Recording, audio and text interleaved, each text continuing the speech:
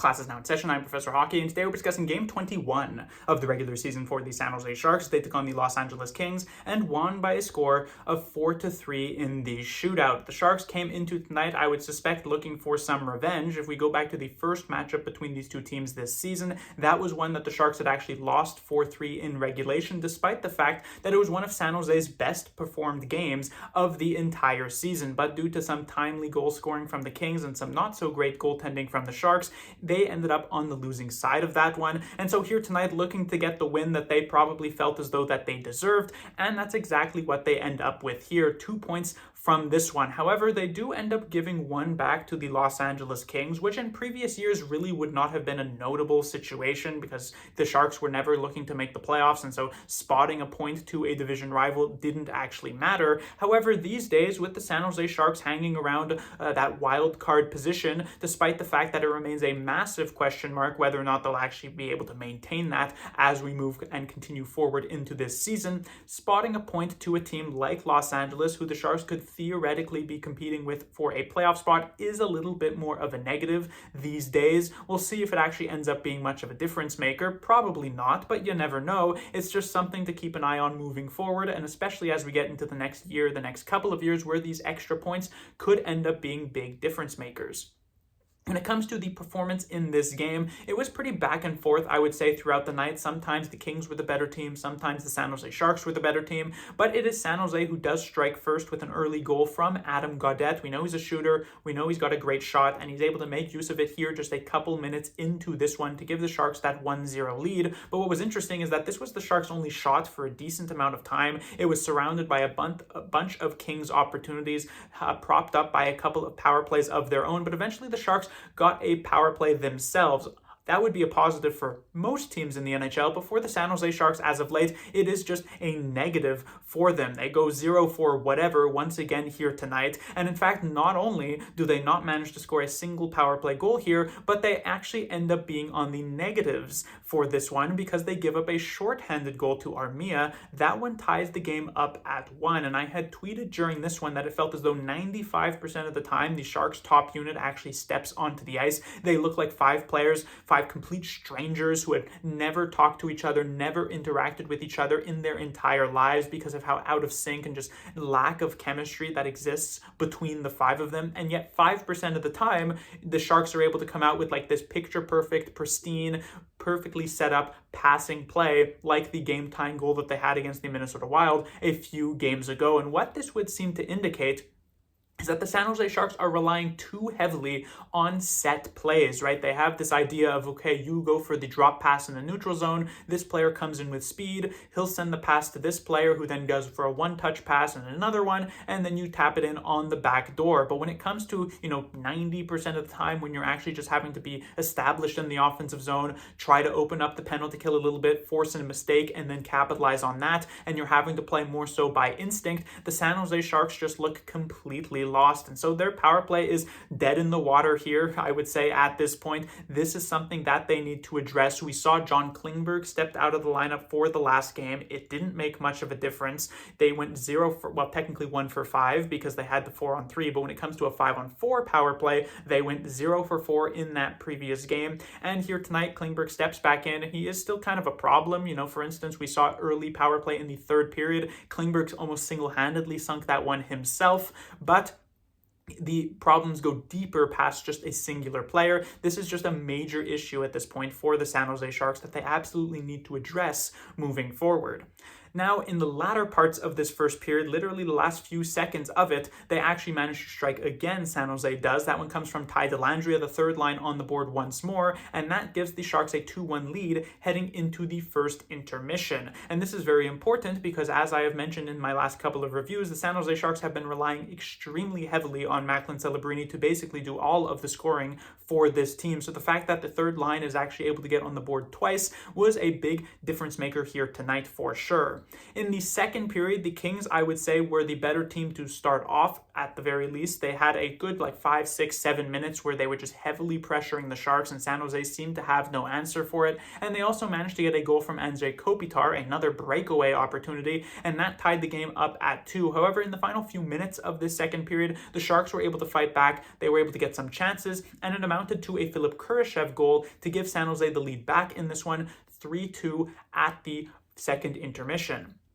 However, in the previous game, we had seen that the San Jose Sharks were unable to hold on to a 2-goal lead against the Utah Mammoth, and so the even more precarious 1-goal lead against the Los Angeles Kings certainly wasn't safe. And while the LA Kings were the better team here, and you could certainly point to score effects for that reason, the Sharks were able to actually hold them off the board for a decent amount of time until we got to the point where the Kings pulled the goaltender, and while the Sharks survived for a bit, they end up conceding the game-tying goal to Adrian Kempe. This was a very fortunate bounce that goes straight off of Ferraro right to Kempe for that easy tap-in. Askarov had no chance on this one. It was a bit of karmic justice, I guess you could say, because the Dellandrea goal back in the first period was also an extremely lucky bounce. But at a tie 3-3, we went into the overtime. 3-on-3 for 5 minutes does amount to 0 scoring. I would say the first 3 minutes of this overtime, basically nothing ended up happening. But in the final couple of minutes, we had some back and forth moments. Celebrini had a couple of chances, and it was a surprise that he didn't actually end up converting on those, because he's usually got some,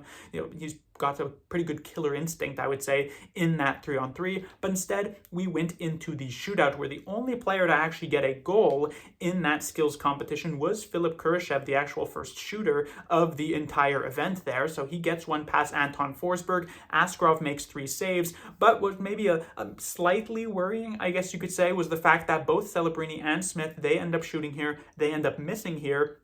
And now in their careers, they are both 1-for-8, which is a pretty big surprise considering they are 2 incredibly skilled and talented players. You would think that this is an area of the game that they would have a ton of success in. And while it's not a hugely impactful thing, because the shootout is not something that actually exists in the playoffs, and that is ultimately what matters at the end of the day, the shootout can be a pretty big deal in the regular season. It could be the difference between having 4 or 5 extra points or 4 or 5 less points, and that could be the difference between sneaking into a playoff spot as a wildcard team or just barely missing out on that. So it is something for both of these young players to for sure work on and improve on moving forward.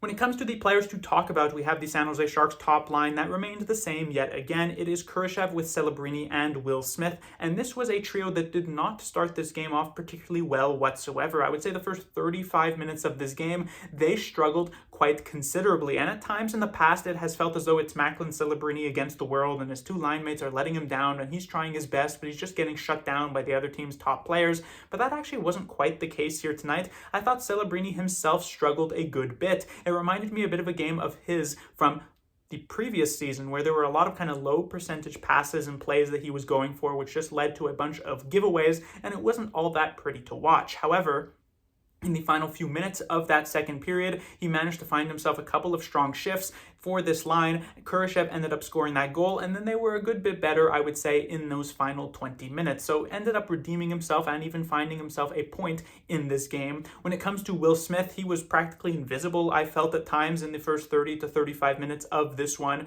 But as with the rest of the line he did bring it back. He also had an extremely close call in the third period to what would have been probably goal of the year, where he not only manages to beat out a couple of Kings players, survives multiple stick checks, but then goes for the between the legs play that just barely doesn't have enough air on it to actually beat Anton Forsberg. That would have made the rounds on all the highlight reels for the next 24 hours had it gone in. Unfortunately, it did not, but Smith certainly had looked a good bit better in the final 25 or so minutes of this game. And when it comes to Kurashev, not only does he score the goal that makes it 3-2, but he also has the game-deciding goal in the shootout as well. So a game that didn't start off particularly well for him, but he finishes it off pretty decently. When it comes to the Sharks' second line, we did have a substitution here. Eklund and Wenberg end up being joined by Tyler Toffoli, and I imagine this is a move by Ryan Warsofsky trying to spark some offense from this second line. I have talked about in each of these last few games that they have been doing a pretty good job defensively, and they were once again used in more of a shutdown role. They faced off against Adrian Kempe and Quinton Byfield on a pretty consistent basis here tonight, but even with Toffoli here, and perhaps that's not a surprise because Toffoli hasn't really been all that great of an offensive player this season, this was still a second line that didn't really generate many chances whatsoever. They were still fine in their own end. They were still fine defensively. But if your shutdown line is like a third or a fourth line, you're pretty happy because then you have both Zach Ostapchuk or Ty Dellandrea with no goals as well as Adrian Kempe with no goals. But when it is your second line that features your third most skilled forward in Eklund and probably like your fifth best forward in Tyler Toffoli and one of your other, sixth best forward, let's just say, in Alex Wennberg, you're in a situation here where these players do need to actually be able to produce. They haven't been able to do that as of late, and that could end up being a problem that catches up to the San Jose Sharks. Yes, it was nice to see the third line get on the board here. That was good, but it's not going to be something that we're always going to see, and eventually the second line will have to step up in a big way, and we haven't seen that all that much as of late. From an individual standpoint, Eklund, there were like a couple of decent rush chances that he was looking to be able to get here tonight, but far from being anything consistent. And so defensively, he was fine, but offensively, you need more. When it comes to Alex Wennberg, I thought he was also defensively pretty decent, and he got a ton of minutes. I was surprised in the overtime. Clearly, Warsofsky, we already knew this, but even in the overtime, he had a tremendous amount of trust in this player. But Wennberg, from an offensive perspective, still not much doing. And then when it comes to Tyler Toffoli, there was the attempt to try and maybe spark something here, getting to play with William Eklund, getting to play with Alex Wennberg. It didn't quite work out. Toffoli did have some positive moments in the overtime. I was also rather surprised to see him get set out there because it's a risk putting on a player who has clearly lost a step and can't quite keep up. But not only does he manage to find himself on a breakaway opportunity, but then he even gets a great stretch pass over to Celebrini for another great chance. So Toffoli had it in him to play well in the 3-on-3. It was just a 5-on-5 that didn't really amount to anything.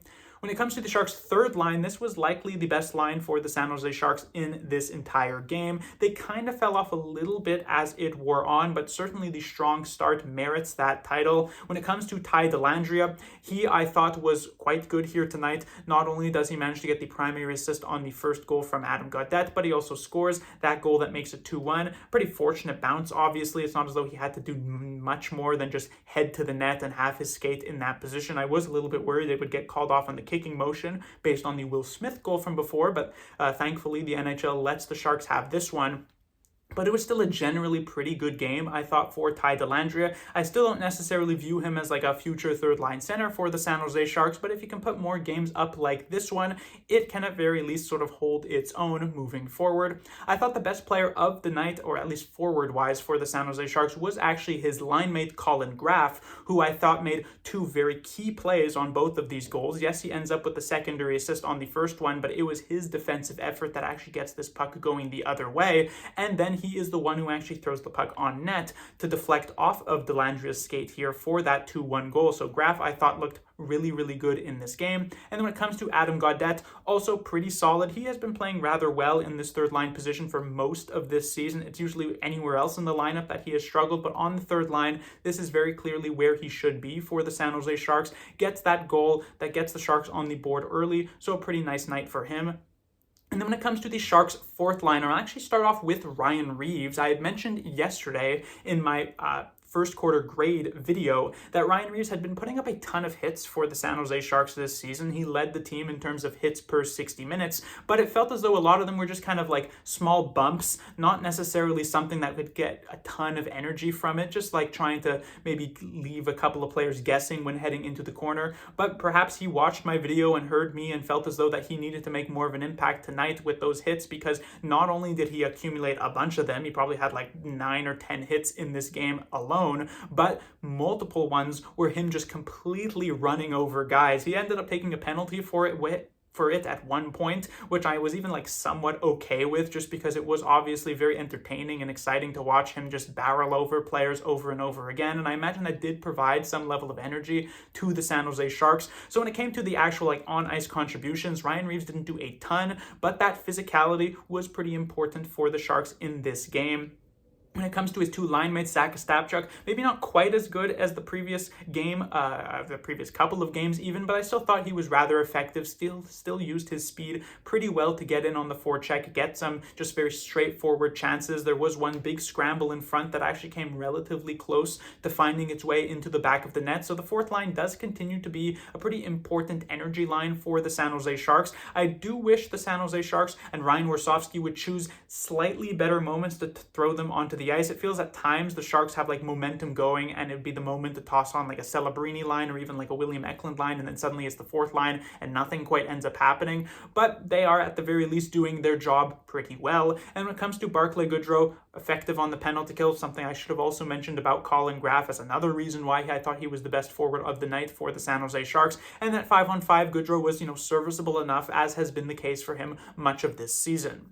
When it comes to the defensive side of things, we have the top pairing of Dmitry Orlov and Timothy Liljegren. So Liljegren ends up replacing Nick Leddy here, which was absolutely the correct decision. As I had mentioned in that Utah Mammoth game, I was nervous pretty much every single time Orlov and Leddy were in the defensive zone. It was not a good game from Nick Leddy. It was not a good game from Dmitry Orlov, but Liljegren comes back in here and it looks completely night and day type of difference. This was Liljegren's best game that he has played in at least a couple of weeks. Perhaps the 2 games off actually gave him the time to rest up from the supposed injury he had when he took that puck to the face while sitting on the bench, because he looked much better here in this one.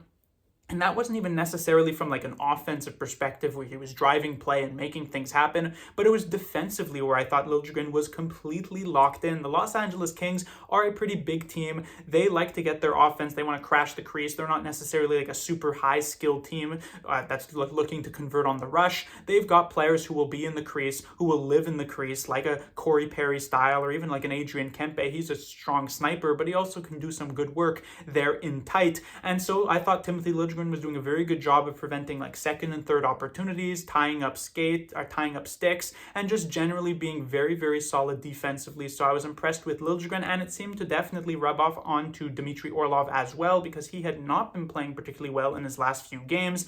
But in this one, he turned that around, and I thought Orlov had also a very solid night. This was actually the duo that was used as the shutdown duo compared to the Ferraro-Mukhamadullin one of the previous game, which does bring us to the second pairing here tonight for the San Jose Sharks. It is Ferraro and Klingberg. So Klingberg does end up replacing Mukhamadullin in the lineup here tonight. It's not a surprise, but it is unfortunate to see, because I had mentioned that Mukhamadullin, he did make a couple of those major errors, one of them leading to one of those Utah Mammoth goals, but I thought 90% of the time he was actually rather effective and, like I said, made up a strong shutdown pairing for the San Jose Sharks with Mario Ferraro. And usually John Klingberg and shutdown pairing don't really mesh well together, and so it was kind of a worry that this would end up being somewhat of a liability here tonight. The good news, I would say, is that John Klingberg, there was one big mistake that he made just on like, I believe, a second shift of the game, where just like Mukhamadullin, he gets caught completely flat-footed at the blue line. Player is able to easily get around him and get a good chance on net. But besides that, I thought Klingberg was okay defensively in this game. Nothing amazing, but I don't think he was too much of a liability. The thing that I have as a potential problem here is that coming into this game, Klingberg had mentioned about trying to simplify his game, that he was trying to do too much, and I'm not sure if this is actually the right direction that he is going in at this point, because John Klingberg was brought in to provide offense for the San Jose Sharks, and if you think back to basically the only couple of good games he has actually had this season, it was in ones where he was actually chipping in and contributing offensively. Go back to that Winnipeg Jets game, probably his best game of the season. It was because he was trying to get actively involved. If you go back to the Seattle Kraken game, where he did have a couple of defensive errors, and that was his game right before being healthy scratched, the positive side of things were when he had those stretch passes to Will Smith for a breakaway, or that one shift in the offensive zone where he was quite dominant and helped the third line maintain pressure. Those are the good moments from John Klingberg. It is coming offensively. And so if he ends up kind of taking a step back here and simplifying his game, and as we saw here tonight, basically nothing was doing in the offensive zone for John Klingberg, like it worked out in this game, but are we really going to watch Klingberg kind of just rely on his defensive game to actually provide value for this team? Because that has not worked for him in years, I would imagine, in the NHL at this point. And so it's definitely playing with fire in a bit, I would say, because Klingberg, you would expect him to be offensive, and if he's not going to be providing much scoring, the defensive game is not usually there for this player. So we'll see what happens. He himself has said it's going to be a bit of a work in progress. Maybe that was to just try to remain in the lineup moving forward, and it probably has been enough for Ryan Warsofsky to keep him in the lineup for the next game. But I'll be keeping a close eye on how much Klingberg actually is able to provide on the offensive side of the puck, because defensively it feels as though it's only a matter of time before he's right back to being a liability. No offense to him. When it comes to his defensive partner, Mario Ferraro, as I have mentioned, Ferraro has been playing some very steady hockey as of late. That continued here tonight. While I don't think he was the Sharks' best defenseman, those honors do end up going to both Liljegren and Dmitry Orlov. I do still think he was quite responsible in his own zone. Also did some good work on the penalty kill here for the San Jose Sharks, so I liked Ferraro's game. When it comes to the Sharks' third defensive pairing, here we have Sam Dickinson and Vincent Desharnais, and I'll start off with Dickinson. Now, the good news is that Dickinson didn't have like a bunch of huge errors that led directly to goals against like we saw from Mukhamadullin in the previous one. However, I don't think this was a particularly good game for Dickinson anyway, and the major problem is that there were a lot of just small mistakes being made on a lot of the shifts, especially in the first and second period. I thought the third period it wasn't too bad, but those first for 40 minutes of this game, there were just a lot of like tiny detail type of errors that maybe weren't extremely apparent, but it felt as though every single time you were watching him, it was like, you shouldn't have done that. That was a bad play. That wasn't so great. And it began to just add up and eventually ended up being a not so great game for Sam Dickinson. So I wasn't super happy with his performance here tonight, but it continues to bring up the major issue that the Sharks actually have with this player. As we head into the weekend, the Sharks have a set of back-to-back games against the Boston Bruins and the Ottawa Senators. It was probably already expected that Dickinson wouldn't play in one of those games. With this performance here tonight, it is almost a certainty that he will not play in one of those games. And so you're here at a situation with Dickinson where he is not playing necessarily all that well, and in here tonight definitely didn't play all that well, and yet you're not in this position where you're actually empowering him to try and just sort of keep at it and try to figure it out. If we go back to last season with Will Smith, and I've brought this up a million times already this season, but this is a little bit of a different point at the very least. We saw Will Smith had 5 development days in that previous year. He was scratched for 5 games, but played every single other one outside of like a brief injury that he spent on the sidelines for 3 games. And it's not as though Will Smith had like figured it out all that well. Remember, he really only flipped that switch in like late January against the Boston Bruins. And so from the last time he had got a development day, which was November 10th, to the point where he had that game against the Bruins, that's a 2-month span. A lot of games were played, and some of them Will Smith did not look good in. Some of them he was making mistakes. Some of them there were these just kind of tiny detail errors where pucks were bobbling over his stick and he was fanning on passes and not making the correct decisions in a lot of different situations. But the Sharks, they kept at it, and eventually it came together and he figured it out. But the San Jose Sharks are not taking the same route here with Sam Dickinson, and I could sort of understand because the fact that the Sharks have 8 defensemen, and so again, Warsofsky is trying to juggle all of these different personalities, but I'm not sure if this is the correct decision. It feels as though Dickinson, again, should be empowered even in nights where he's not necessarily playing his best, even on nights where he is making these types of mistakes. He should be sort of given the kind of trust of the coaching staff to say like, hey, we know you're a very good player. This was a rough night, but get back at it. Don't be too down on yourself. Let's get back into the lineup for the very next one. But instead, being taken out and then put back in and then taken back out, and then have sort of that threat constantly looming of like, hey, if you don't play particularly well, Nick Leddy is right at your tail for some reason trying to take your job in the lineup. That's when you're going to start being a little bit nervous, playing a little bit more conservative. And for an offensive defenseman like Sam Dickinson should be, or at least more of like a offensively leaning two-way defenseman, that's not a very good thing. You want to be able to empower these players to actually go out and make plays. And we have seen that across other NHL teams with other young offensive prospects. Think of Zeev Buium with the Minnesota Wild. He has had a ton of defensive issues this season for that team, but they decide to roll him out anyway, try him on that power play, give him, potentially 18, 20 minutes a night, because they know that he's got the skill and the talent to contribute, even if there are some mistakes. The Sharks are not taking the same approach with Dickinson, which I find a little bit unfortunate for sure. When it comes to his defensive partner, Vincent Desharnais, I thought Desharnais had an okay game. There were a couple of mistakes early on that I thought he was making, but he was still his usual solid self on the Sharks penalty kill. And as I mentioned, this was an important game against a sort of big, tough, rough Kings team that you had to be more so strong on your skates and more so strong in front of the net. And I thought Desharnais did a pretty good job in that area. He was the player who the Sharks decided to go with on the ice in that 6-on-5 situation, along with Mario Ferraro. And while they do end up giving up that goal, it's not necessarily his fault that happened, so it does show the trust from the coaching staff, and certainly Desharnais has done a lot this season to actually earn that trust. And when it comes to Yaroslav Askarov, there was probably no player on this roster who was looking for some redemption more than Askarov because, as I mentioned, going back to that first matchup against the Los Angeles Kings, it was he who had had that rough night, giving up 4 goals, I believe, on 14 shots, and a couple of them weren't necessarily the best. Askarov definitely found that redemption. He was very, very solid in this game. Outside of that goal that he gave up on the offside review, the other two were the first two were on breakaways, Armia and Kopitar, and then the third one was one he had absolutely no chance on because of an unfortunate bounce. Otherwise, he was very locked in, made some very big saves. This is the first game in the month of November where he has actually given up more than 2 goals, with the 3 in this one, but because the Los Angeles Kings also put up over 30 shots, his save percentage, his goals against average going into the overtime still remain rather solid, and likely still ended up just being a very, very good goaltender here in November. The fact that this is technically his worst game of the month is a massive positive because it was a still very good game for him.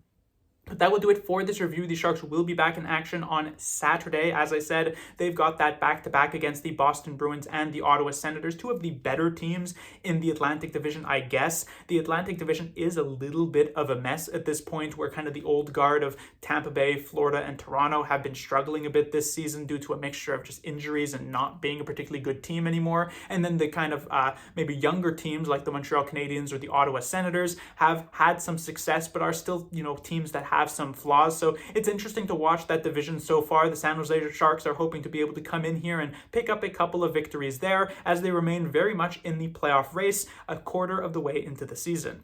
Class dismissed.